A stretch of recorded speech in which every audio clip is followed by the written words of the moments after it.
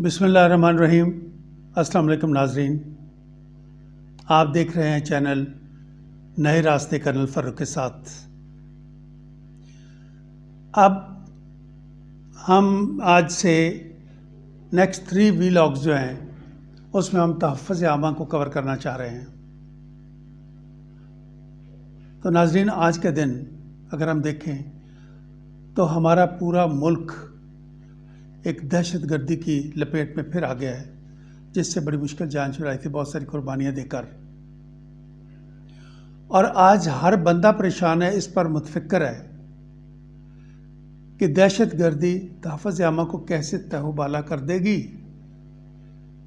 क्योंकि इसके लिए हमने बहुत एफर्ट की है, बहुत सारी कुर्बानियाँ भी दी हैं। तो आज हमारे सब्जेक्ट इसमें हम इस तरीके से करेंगे कि सबसे पहले हम दहशतगर्दी को ही लेंगे तहफ़्फ़ुज़ आमा के लिए, जो इस वक्त हमारे लिए बहुत बड़ा एक अफरीत खड़ा है हमारे सर पर। उसके बाद हम ये देखना चाहेंगे नेक्स्ट वीलॉग में कि हमारे जो हुकूमती अदारे हैं वो क्या कर सकते हैं, और फिर हुकूमत को हम ताउन कैसे दे सकते हैं। तो ये नेक्स्ट 2 वीलॉग्स होंगी।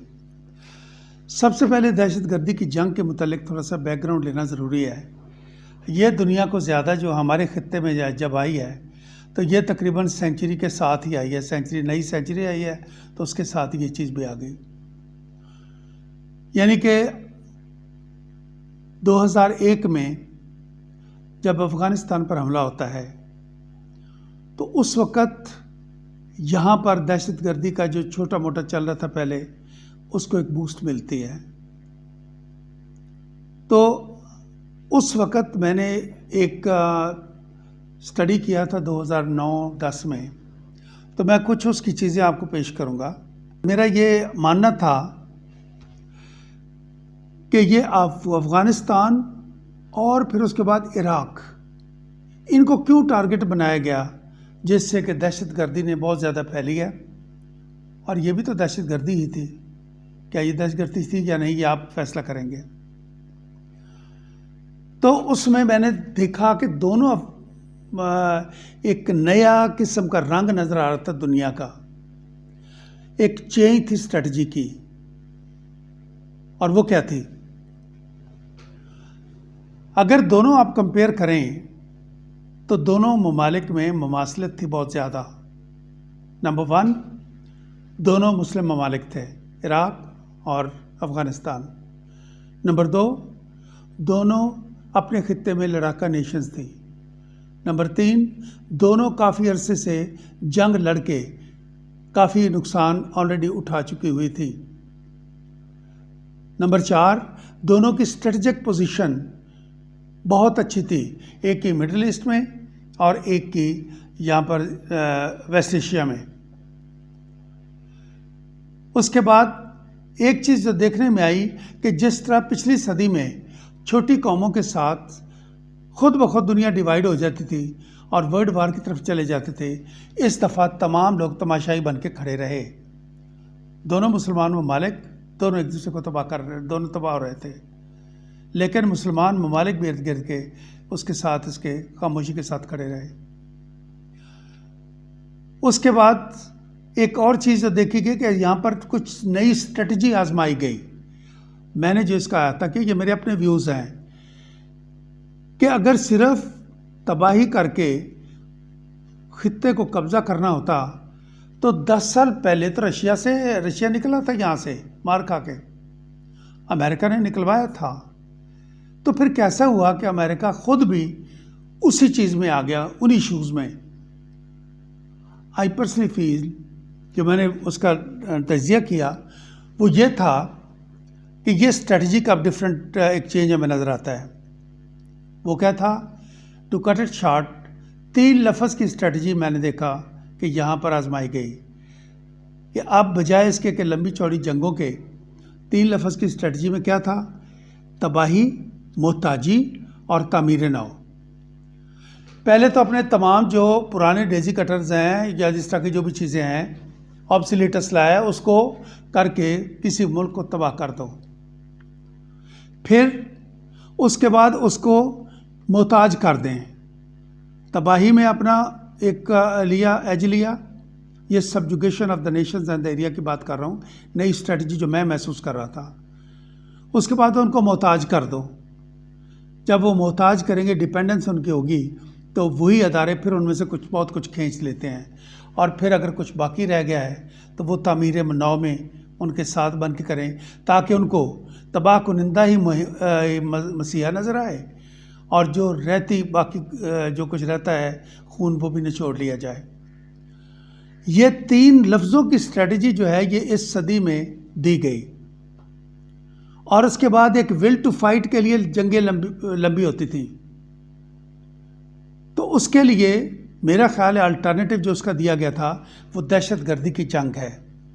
वो ये क्या कि मुख्तलिफ जो सोचों के लोग हैं, मुख्तलिफ किस्म के, वहाँ पे हर एरिया में मुख्तलिफ सोचें मिल जाती हैं, कोई मजहबी, कोई इलाकाई, कोई एथनिक, जो भी है, उन सब को पंप अप करो, अक्विप करो, आर्म करो, लेट देम फाइट। उसके बाद उनको आर्म करके उस जगह पर खुद निकल जाओ। तो क्या होगा कि वो लोग बैरल से कमाना चाहेंगे और वहाँ के जो लोकल हैं वो उनको रेजिस्ट करेंगे। तो ये जो ब्लीडिंग है कौम की, ये उनको उठने नहीं देगी। ये एक विल टू फाइट तोड़ने का एक मेरा ख्याल है, ये अब आइंदा के लिए ये जो दहशत गर्दी है ये एक सब्सिडरी ऑपरेशन वार हो गया। और दैट इज़, ये हमने देखा कि ये जो चीज़ें हैं इनको हमने किस तरीके से आगे लेके जाना है। खैर, हमने काफ़ी कंप्रीहेंड किया। हमारी कौम शीशा पिलाई हुई दीवार की तरह खड़ी हो गई, रेजिलियंस बहुत ज़्यादा दिखाई, और उसके बाद we were able to crush the rebellion wherever it occurred. वहाँ तक तो ठीक है, हमने उस पर काबू पा लिया और काफ़ी हद तक हुआ, सिचुएशन बेहतर हो गई। लेकिन अब वही जो स्लीपिंग सेल्स थे या वही जो उनके सिस्टम थे वो दोबारा से रीएक्टिवेट हो गए हैं इस दौरान में। तो इससे पहले कि हम संभले, दोबारा हमें स्ट्राइक कर दिया गया है, तो हमें संभलने की ज़रूरत है।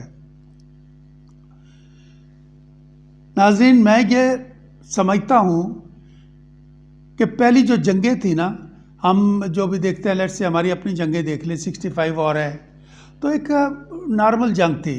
वो दुश्मन बैठा है, ये हम बैठे, ये हथियार उनके पास है, ये हमारे पास हैं। उसके बाद 71 की जंग उससे मुख्तलिफ थी, मुश्किल थी, बिकॉज उसमें एलिमेंट आ गया था गुरिल्ला वारफेयर का, और वहाँ लोकल जो अपसज थी उसका।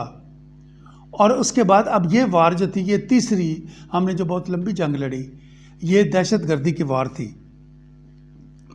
और इसमें मैं ये समझता हूँ, विद ऑल द बैकग्राउंड, जो भी तजुर्बा था उसके साथ, कि कोई मुल्क दहशत गर्दी पर काबू नहीं पा सकता ता वक्त के उसकी फोर्सेस जो हैं उनमें इनिशिएटिव छीनने का ताकत ना हो।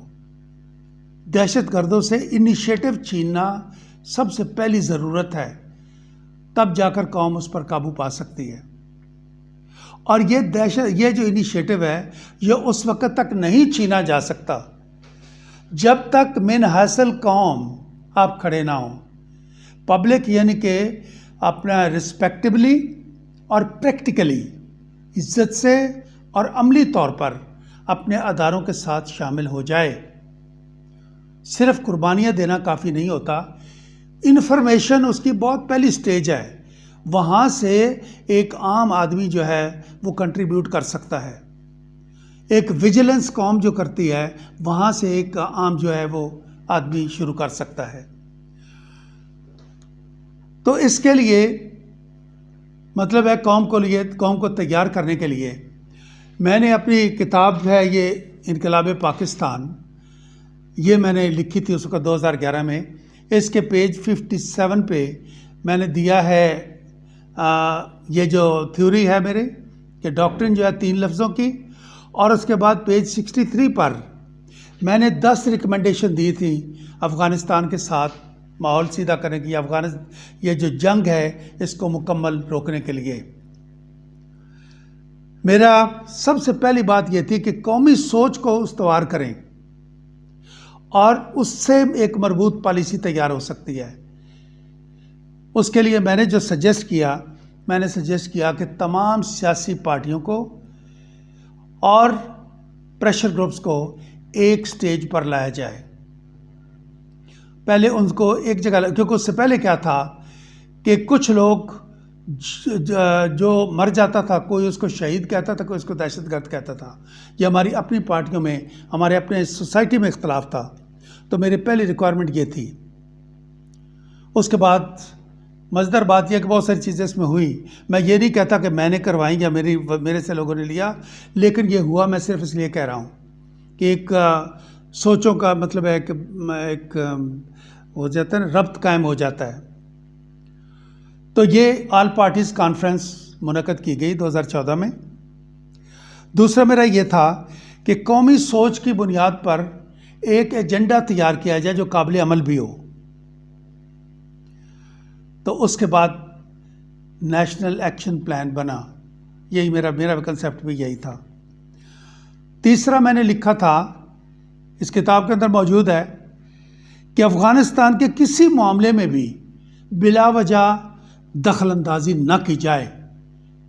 सिर्फ सफारती हदूद तक, जो सफारती आपके डिप्लोमेटिक नॉर्म्स हैं, वहाँ तक है एक हमसाये के तौर पर हमें जाना चाहिए। उसके बाद जो उनको अंदर हो रहा होता है उसमें इंटरफेयर ना करें। ना तो ये आपका बगल बच्चा बन सकता है और ना ही ये आपकी स्ट्रेटजिक डेप्थ है। मेरा मौक़िफ़ ये था कि 40 साल में हमने ये देख लिया है, इससे बेहतर है कि इनको अपने तौर पर एक मुल्क ट्रीट किया जाए। तो अमूमी तौर पर ये मेरा कंसेप्ट भी तस्लीम किया गया। उसके बाद मैंने ये लिखा था कि बॉर्डर को सील किया जाए, फेंसिंग की जाए, खंदके हैं उनको इस्तेमाल करें, आप ऊंचे ज़मीन को इस्तेमाल करें और इसका मुकम्मल फेंसिंग की जाए। हो चुका। उसके बाद मैंने ये लिखा था कि दोनों तरफ चेक पोस्टें कायम करें जो मौसर कंट्रोल करें। चेक पोस्टें भी कायम हुई, मौसर कंट्रोल जहाँ तक हुआ वो भी आपके सामने है और हम देखेंगे कि कैसे हम इसको मौसर करते हैं। बहरहाल ये स्टेप भी लिया गया। उसके बाद मैंने ये लिखा था कि फाटा को सूबे का दर्जा दे दिया जाए या ज़म कर दिया जाए ताकि उसको मेन धारे में लाया जाए और तरक्की की रफ्तार को तेज़ किया जाए। तो ये एक तरीका था जिससे हम अपने लोगों को एक दहशतगर्दों से दूर कर सकते थे। वो भी हुआ। फिर मैंने ये भी रिकमेंड किया कि बॉर्डर सील जब आपका हो जाता है और दुश्मन के जो वहाँ पर पड़े हुए हैं, सेल्स पड़े हुए हैं, उनको जब आप ख़त्म कर लेते हैं, तो जो हमारे अपने लोग बेरार हो चुके हैं, रास्ता भटके हुए हैं, बगावत कर चुके हैं, उनका कुछ करना चाहिए। क्या उनको मुकम्मल ज़िंदगी भर और उनकी नस्लों को लड़ाते रहना है या कभी उनको सहारा भी देना है? अपनों को सहारा देना पड़ता है। तो मैंने ये लिखा था कि जब ये सील हो जाए तो उनको एक आम माफ़ी देकर कौमी धारे में शामिल किया जाए। इस पर भी बातचीत हुई। फिर मेरा ये था कि ये सारी चीज़ें जो है इसको बैकअप करने के लिए पूरी कौम जब खड़ी है, कुर्बानियाँ देती है, तो एक और भी काम इनको सोचें कि कुर्बानी से पहले कुर्बानी बचाना भी तो होता है। एंड दैट इज़ कि अपनी गलियों में इस तरह करके ऑर्गेनाइजेशन करें, इस तरह करके विजिलेंस पैदा करें, इंटेलिजेंस नेटवर्क को आने दें और गवर्नमेंट को सपोर्ट में आए, इस तरह करके बन जाए कि हमारी गलियां जो हैं ये दहशतगर्दों के लिए हमारी ज़मीन तंग कर दी जाए। आसमान से स्ट्रेट वे टपकते नहीं हैं दहशतगर्द, कहीं आके रहते हैं और फिर जुर्म करने के बाद भी कहीं छुपे होते हैं। उसके बाद हमें पता चल जाता है, हम पहुंच जाते हैं कि यहाँ तक होता है, तो पहले क्यों नहीं यार। मेरा मकसद ये था कि let's go for the vigilance involving the public into this affair. फिर उसके बाद यही पब्लिक नेटवर्क जो है, इंटेलिजेंस का नेटवर्क है, इसको इस्तेमाल किया जा सकता है अपनी फोर्सेस की बैकिंग के लिए और इससे हम प्रोएक्टिव बना सकते अपनी फोर्सेस को, जो कि अभी तक रिएक्टिव चल रही थी। यहाँ पर मैं आपको बताऊं कि जो हमारा आमतौर पर होता है एक प्रोएक्टिव और रिएक्टिव का, हमारे खेलों में भी कौमी सोच में कहाँ तक शामिल था कि जब हम बचपन में खेलते हैं ना, चोर सिपाही का खेल बड़ा पुराना है। सब लोग बच्चे आंखें बंद कर लेते हैं, फिर एक बंदा जो है वो कुछ हरकत करता है, चोरी करता है, फिर उसके पीछे भागते हैं। ये हमारी रगों में समा गया हुआ है कि पहले जुर्म करने दें फिर भागेंगे उनके पीछे। अब ये वक्त नहीं रहा, अब चोर तेज हो गया। अभी हमें क्या करना है कि वो जो है हमें इसको बदलना है कि प्रोएक्टिव, जैसे मैं कह रहा था कि वो चोरी करने से पहले उसके लिए कोई ऐसा करना है, we have to be vigilant, कि हम उसको वहीं पर रोकें। इसके लिए बहुत सारा मैंने पूरा एक डिटेल दिया हुआ है कि किस तरीके से हम इसको आगे बढ़ सकते हैं। और last but not the least, मेरा पॉइंट की रिकमेंडेशन ये थी कि यूनिवर्सिटी से नीचे ग्रेजुएशन तक किसी अदारे में, किसी मदरसे में अकामती होटल जो है ना, हॉस्टल, उनकी इजाज़त नहीं होनी चाहिए। हॉस्टल्स में कम उम्र बच्चे जो होते हैं, कच्चे माइंड होते हैं, इनको काफ़ी ख़राब किया जा रहा है, मनशियात में भी की तरफ भी और बाकी चीज़ों की तरफ भी, दहशतगर्दी की तरफ भी। जो हमारा सिस्टम था, यानी ग्रेजुएशन तक कोई अकामती हॉस्टल में नहीं रहना चाहिए बच्चा। वो घर से आए, घर से जाए, और माँ बाप उसका भी ख्याल करें। तो ये दहशतगर्दी के लिए हमने ये हालात पैदा करने के लिए जो किया वो यहाँ तक था। आज हम सिर्फ यहाँ तक ही आएंगे कि हमें अपनी फोर्सेस को इनिशिएटिव छीनने के काबिल बनाना है। हमें अपनी फोर्सेस को मिनहासल कौम प्रोएक्टिव करना है, और हमें उसी अपना एक रेजिलियंस के साथ, तदब्बर के साथ फिर खड़े होना है। वरना ये जो आग अब दोबारा आ रही है हमारी तरफ, हम इसमें झुलस जाएंगे। पाकिस्तान आज लहू लहू है। पाकिस्तान का हर आदमी एक फ़िक्र भी है और गुस्सा भी है, लेकिन एट द सेम टाइम कुर्बानी के लिए भी तैयार है। मैं समझता हूँ कि कुर्बानी मेरे वतन के लिए जो लहू आज तक आया, या आज तक हमने इसको पेश किया, अगर मेरा लहू वतन के लिए चला जाता है तो सादत है। लेकिन अगर इसी लहू को इस्तेमाल करके मैं दुश्मन का लहू बहाऊं और वो अपने परचम के कदमों में डालूं, वो ज़्यादा बेहतर है। That's much for today. इंशाल्लाह नेक्स्ट व्लॉग में हम तहफ़्फ़ुज़ जामा का दूसरा चैप्टर लेंगे। Thank you very much.